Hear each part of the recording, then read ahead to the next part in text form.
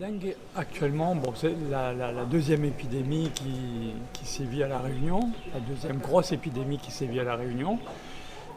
Et je crois que cette épidémie est largement sous-estimée par rapport à la réalité vraiment du terrain. Dans l'exercice de mes fonctions, je vois de nombreux cas de dengue, de personnes qui ne souhaitent pas se faire dépister, d'une part. Donc la dengue est sous-estimée. Et ensuite, nous voyons également que nous n'avons pas les moyens.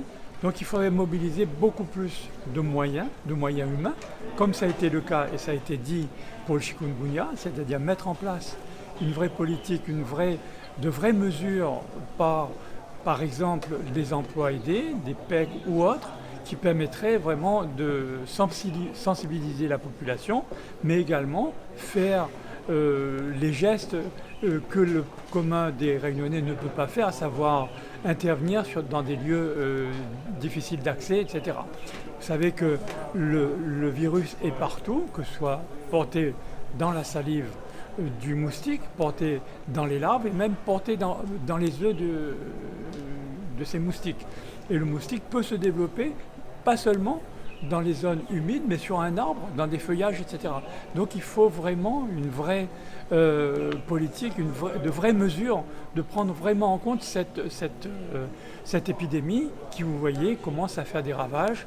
Pourquoi ? Parce que vous avez un premier virus, une première atteinte virale qui vous donne une maladie et qui passe plus ou moins pas inaperçu, mais avec les conséquences douloureuses.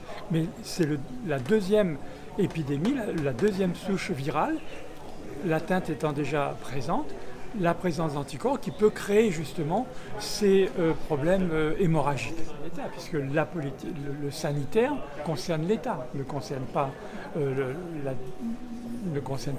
le conseil départemental ou d'ailleurs le conseil régional. Chacun doit y mettre du sien, bien évidemment, mais c'est sous la responsabilité de l'État que peuvent intervenir, qui peuvent financer justement ces moyens-là.